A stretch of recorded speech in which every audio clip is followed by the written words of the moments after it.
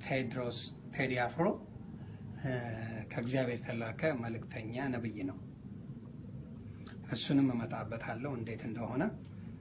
ፍቅር ያሸንፋል ያልኩበት ምክንያት እኔና ቴዲ አፍሮ እዚህ ሀገር ላይ በዓለም ላይ መልእክት ለማስተላለፍ በተለያየ መንገዶች እግዚአብሔር ልኮናል።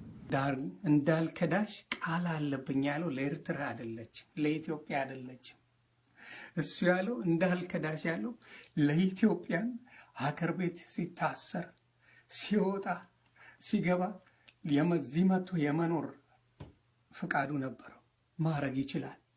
ግን እንዳልከዳሽ ቃል አለብኝ እግዚአብሔር እና አንቺንም እምዬ ኢትዮጵያን አልከዳም፣ የትም አልሄድም፣ ቢገሉኝም በሀገሬ ነው፣ ቢገሉኝም በሀገሬ ነው ብሎ ለሀገር የዘፈነ ስለ ፍቅር የዘፈነ ይቅር እንባባል ብሎ ያለ እሱ ነው።